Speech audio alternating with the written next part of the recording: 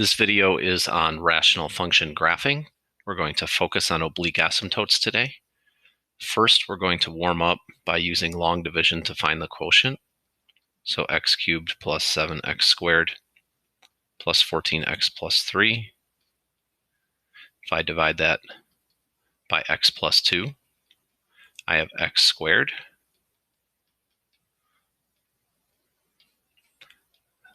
I get 5x squared plus 14x down here.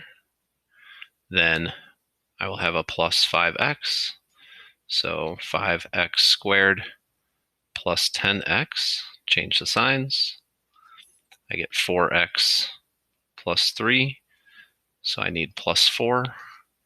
That becomes 4x plus 8, change the signs, negative 5. So the remainder is negative 5.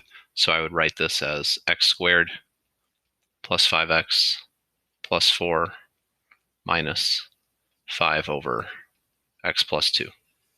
So that's what happens when you divide x cubed plus 7x squared plus 14x plus 3 by x plus 2. A rational function can actually cross over a horizontal and oblique asymptote, and one of the reasons why we talked about using long division is because that's going to be really important when we determine intersections of oblique asymptotes. So if and where a rational function intersects a horizontal asymptote, first we find the asymptote, then we set the function equal to the equation of the asymptote, and then we solve, and we determine that if there's any sort of value where it crosses. For an oblique asymptote, we use long division to find the equation of the asymptote, and then if there is a remainder, we set it equal to 0 and solve for x, and that will be the x value of the location where the rational function crosses the oblique asymptote. Let's do some practice. Graph each thing, find all the important information, necessary information. So here we go. Number 1, x plus 2 over x squared plus 1. X-intercepts are where the numerator equals 0 and the denominator doesn't. So that's negative 2, 0. Y-intercept is when x equals 0. 0, 2. Vertical asymptote is where the denominator equals 0 and the numerator doesn't. That never happens. Horizontal asymptote or oblique asymptote, since the bottom power is bigger than the top power, this is the line y equals 0. And the removable discontinuity would be if both the numerator and denominator are 0, there would be a hole. There are none of those in this problem. So I'll graph everything that I know. I know that we have the point 0, 2 and the point negative 2, 0. And I also know that we have an asymptote horizontally at y equals 0. In order to graph this, I have to use all of this information now. So I know that I'm going to be approaching the line y equals 0 as I go off to infinity. And I'm going to be coming from this point. I know that I'm going to cross here, and then I have to come back toward the line y equals 0 again. Now notice, this is the first time that we've intersected a horizontal asymptote. So our horizontal asymptote is at the line y equals 0, and I intersected it at x equals negative 2, and that's because if I set the function equal to the horizontal asymptote, notice that the numerator, being negative 2, would make this equal to 0.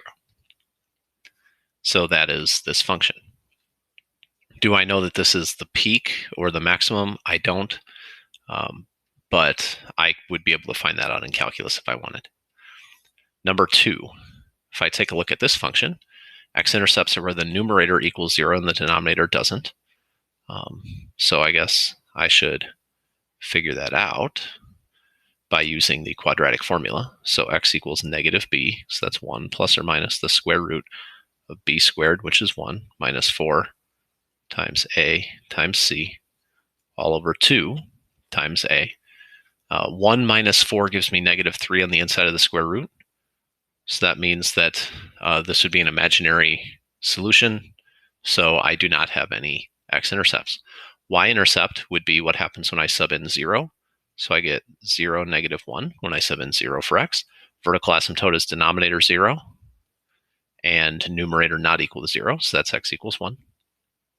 This has an oblique asymptote because the power on the top is bigger than the power on the bottom.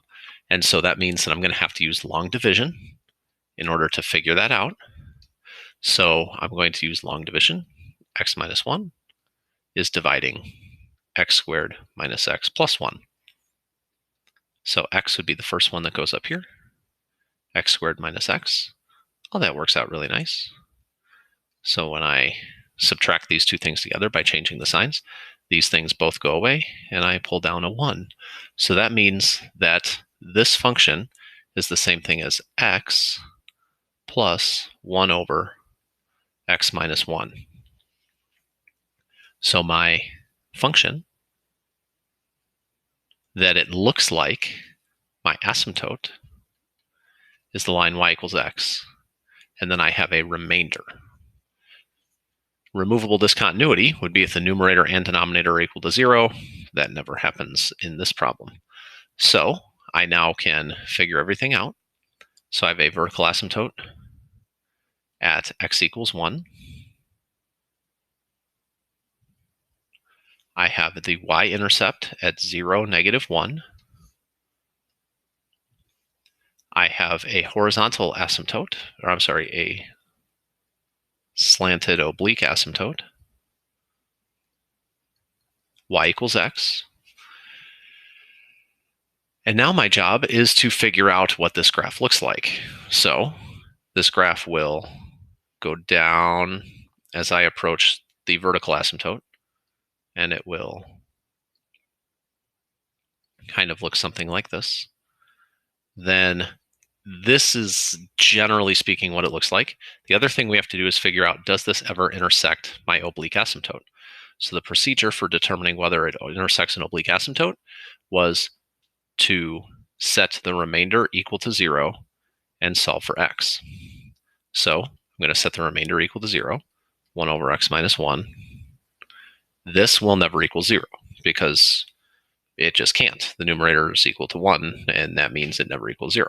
Therefore, there is no place where this intersects the oblique asymptote, and that is what my graph looks like. Problem 3.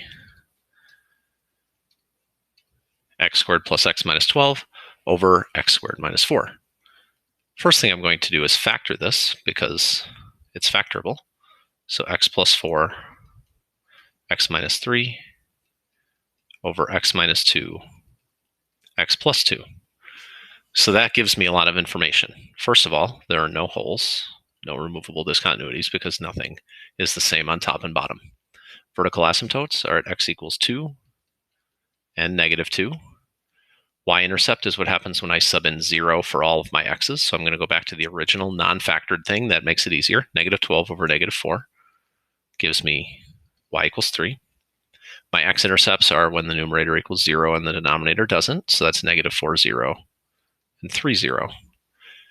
My oblique asymptote or horizontal asymptote, well, since the powers are the same on the top and bottom, that means that I know that I have a horizontal asymptote, and it's what happens when I divide the coefficients out. So I have y equals 1. So there's a lot of stuff going on here.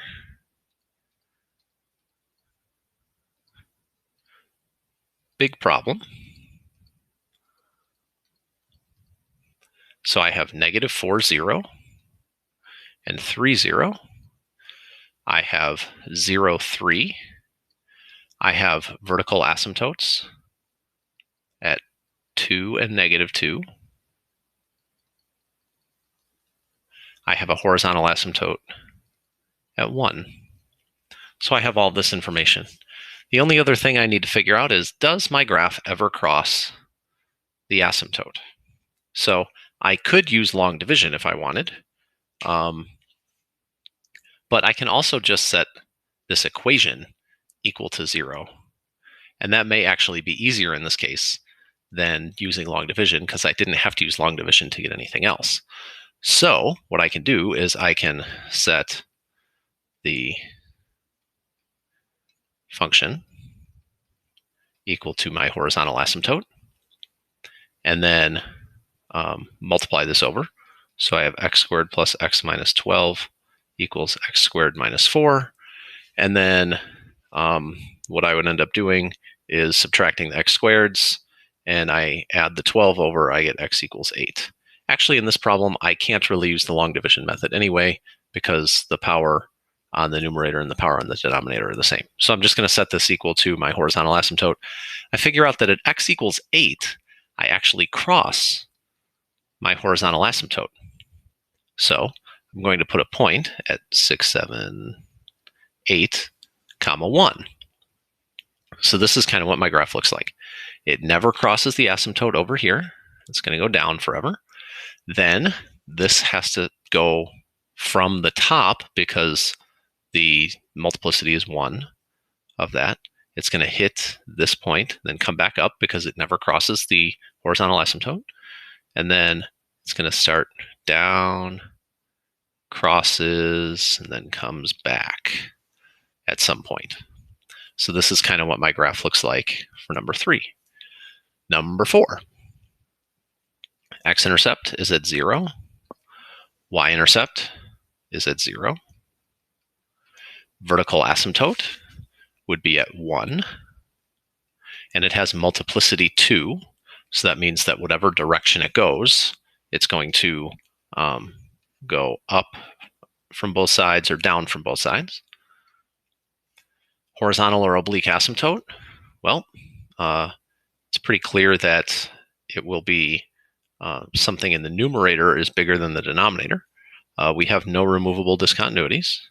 So what I need to do is I need to figure out what this looks like. So if I have 3x cubed divided by x minus 1 squared, that's x squared minus 2x plus 1. So I need a 3x over here. That becomes 3x cubed minus 6x squared plus 3x. And then this becomes positive 6x squared, because I have to change the signs, minus 3x. So then I have a plus 6x squared minus 12x plus 6. Then I have to change the signs again, so I would end up with 9x plus 6 as my remainder. Oh, I'm sorry, 9x minus 6. That would be bad if I got that wrong. So this is the same thing as saying 3x plus 6 plus 9x minus 6 over x minus 1 squared. So this is my function. So that means my horizontal asymptote is y equals 3x plus 6. So as I graph this, I have a slope of 3 and a y-intercept of 6 as my asymptote that it kind of looks like. I have a vertical asymptote at x equals 1.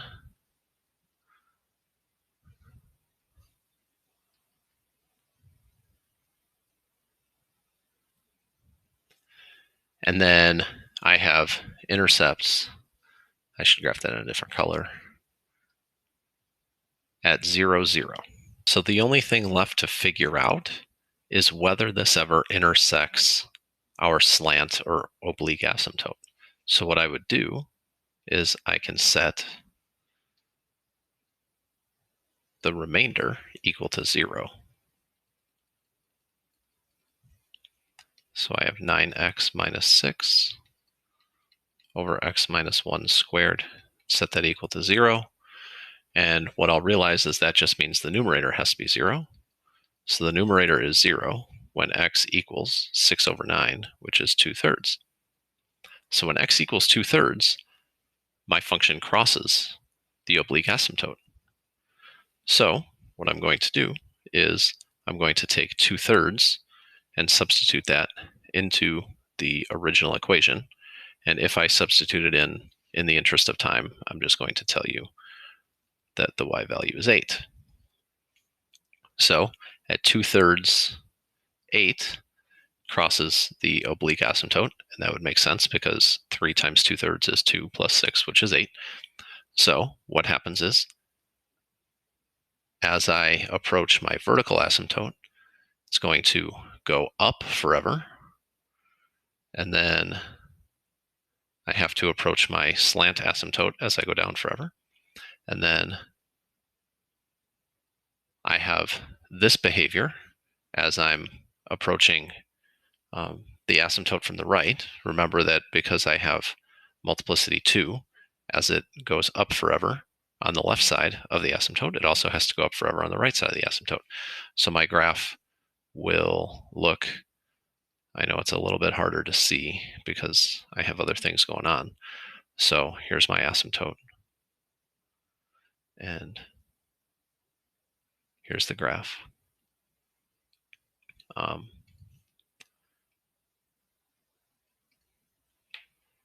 draw that again. Here's my asymptote, vertical asymptote, and this. I have this intersection. I have this intersection. And I know this goes up forever. So it's going to behave like this and like this. In the interest of time, I've already calculated problems 5 and 6. So I've done all the long division. I've looked at factoring in number 5, where I factored out the x cubed minus 1 using SOAP and everything. So looking at number 5, x-intercept is at 1, 0. This part, if I use the quadratic formula, I would get imaginary answers. Y-intercept is when you plug in 0 for x. Vertical asymptote is when bottom is 0. The horizontal, well, it's not a horizontal, the oblique asymptote is as shown. It's at x squared minus 2x plus 4. After you do the long division, then there's no hole. So if you look at this function, when I graph it, looks a whole lot like the parabola x squared minus 2x plus 4. Now, how do I make sure I get everything right? If I plot 1, 0, if I plot 0, negative 1/2, and I know I've zoomed out so that you can see it, but I plot 1, 0, and 0, negative 1/2, I put an asymptote at x equals negative 2, and I graph this parabola.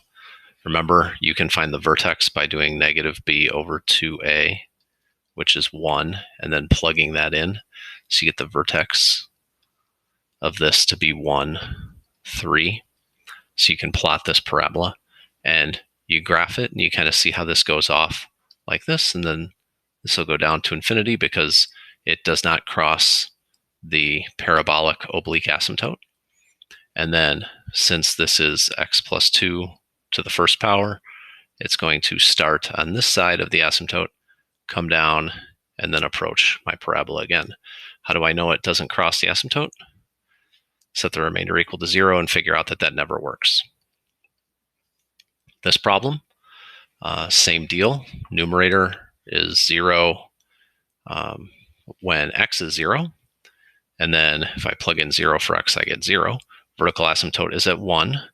So I would have a vertical asymptote here at 1. Y equals 2, or x squared plus 2x plus 3. That's what happens when I do the long division.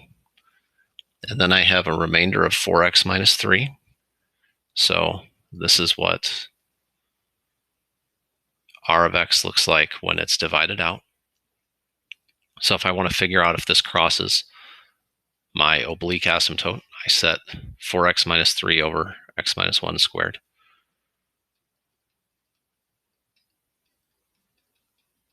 Equal to 0. And I see that it occurs at x equals 3/4. So I've zoomed in on the graph a little bit. See how 3/4 as an x value is where it crosses the asymptote. Also, there's a vertical asymptote at 1. So because there's a vertical asymptote only at 1, I can kind of look at the graph as looking something like this. So I cross here, and I know that going up toward infinity, and I'm going to have, it's going to go in the same direction near my infinity because this is squared. So I know that it's going to go in the same direction. Now, how do I know that they're going up toward infinity? Well, what happens when I plug in numbers? Like, this is kind of confusing. Maybe it could go down. Well, first of all, I know that this is approaching my asymptote. So then I can graph this first if I was confused. And then since I had this squared, I know this is going to be going in the same direction. It's going to hit this, but it can't go down forever because it has to follow the asymptote as I go toward positive and negative infinity. And it's not supposed to cross the asymptote. It's just hard to draw on the smartboard. So it'll look something like this as I go up toward negative infinity for x. But how do I know that it never goes down? Well, if I look at these numbers, the numerator always has to be positive and the denominator always has to be positive or zero. So because that's the case, I can never have any numbers that are negative anyway.